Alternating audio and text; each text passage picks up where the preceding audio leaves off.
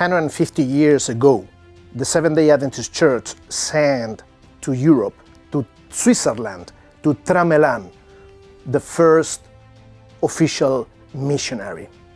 And we started a path that we're still walking today to spread the gospel to the people, not only in Switzerland, but in Europe.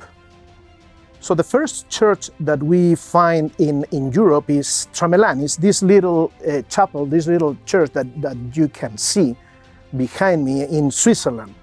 And it's very interesting to know that the inaugural worship service was led by church co-founder Ellen G. White in 1886. That church cost around 3,300 Swiss francs. Doesn't look a lot of money, but at that time was money. That's the price that we paid to build it at that time, and was dedicated to God on Sabbath, December 25th, 1886. Ellen G. White, who was in Switzerland on other businesses, gave the first sermon from its pulpit and spoke from 1 Kings 8, 54 to 61. It's a passage that describes King Solomon blessing people gathered for the dedication of Israel's first temple. She said, "We hope that the Lord will so bless your work that this house will prove too small for you." In addition to being the first Adventist church in Europe, Tramelan organized the first Adventist camp meeting on this continent. And the Inter-European Division decided to buy the building that did not belong to us because it was the first church in Europe. Because the history is important for us, and we never have to forget where our steps are going. Joshua 4, 6, and 7 tells us that in the future, when your children ask you, "What do these stones mean?" tell them that the flow of the Jordan was cut off before the Ark of the Covenant of the Lord. When they crossed the Jordan, the waters of the Jordan were at a standstill. These stones are to be a memorial to the people of Israel forever. They built 12 stones to make memory and to remember what God has done for us. And in addition to being the first Adventist church in Europe, Tramelan organized the first Adventist camp meeting of the continent. It was also used as a missionary school in which many people got trained to go and spread the gospel in other countries. So it was not just a church, it was more than a church. It was the place in which people will get inspired to go and preach the good news to other countries in Europe, and sometimes even to the rest of the world.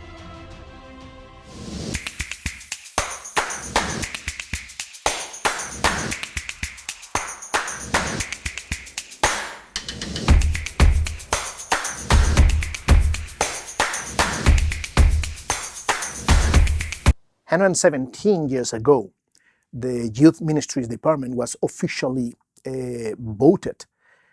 England, in Switzerland, the department was already working in the previous years, but 1907 was the year in which the youth department was officially voted.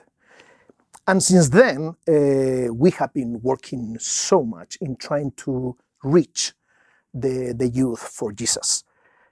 And if we think about the challenges that we face today, are challenges that are difficult sometimes to surpass. One of the challenges that we have is that sometimes our church, our local church, is not relevant enough for the needs of our young people today. What should we do? I mean, I think it will be very important if we can sit down with the youth at the local level. I'm not talking about us in our chairs, in our departments discussing, but I think the church needs to sit down with the youth and try to find out the best way together to make the church relevant for them and for the communities that surround them. And that's the best way we can keep on sharing the good news of the message that Jesus is coming soon again.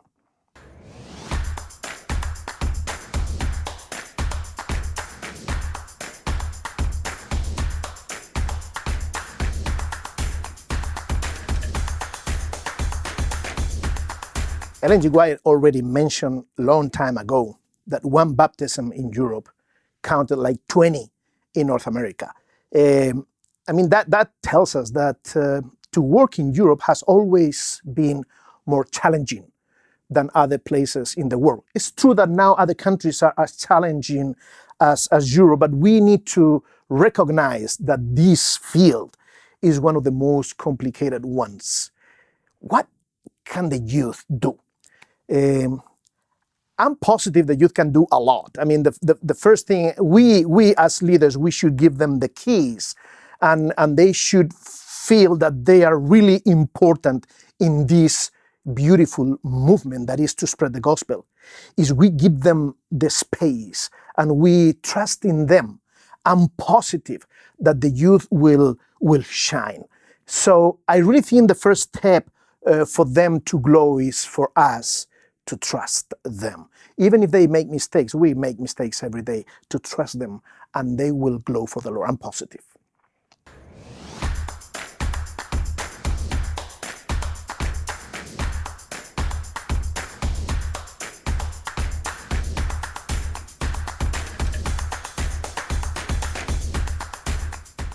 We are celebrating somehow Global Youth Day, an activity that started with the necessity of getting out of our comfort zone and leaving the church for one Sabbath and going out to the communities to show them the sermon, a living sermon. And the truth is that we have been seeing that in our churches, what we can find more today than before is a big, strong diversity. And some individuals think that this diversity is a problem. I don't see it as a problem. I mean, when we will go to heaven, we will mingle with many other cultures, but at the end of the day, what it matters is the culture of heaven. And I really think that this diversity can help us to really focus on what is important, and that's what the Bible says. It doesn't matter where you're coming from. And we need to realize and accept that the realities in different parts of the world are different.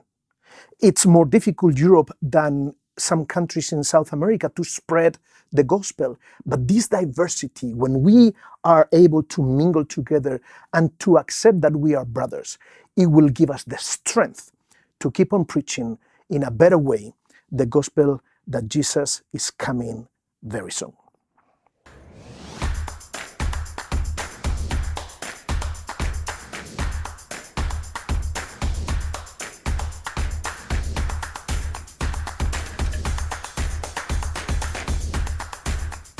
Our reality is different than in other parts of the world. It is true the Bible is the same, but the reality of the social culture that we find in our territories is different. And we need to be really intentional, on purpose. We need to be intentional and walk in this path that started in this continent 150 years ago, in some things in a different way, respecting completely the fundamental beliefs, but we need to do things sometimes a little different because we live a different reality. But that gives us the strength to share the gospel with that glow in our faces. We want Jesus to come soon as everybody else. And we keep on walking in this path. And I would like to challenge you that are listening. You can be a young person, you can be an adult, but listen to me. We started to walk this path in Europe 150 years ago, but we keep on walking, and we need you so we can walk together, and together we will be stronger, and we will deliver this message that has been entrusted to us to be that light even in these difficult times, in this difficult territory, so the people will get to know better Jesus and fall in love with Him. I hope you will accept the challenge.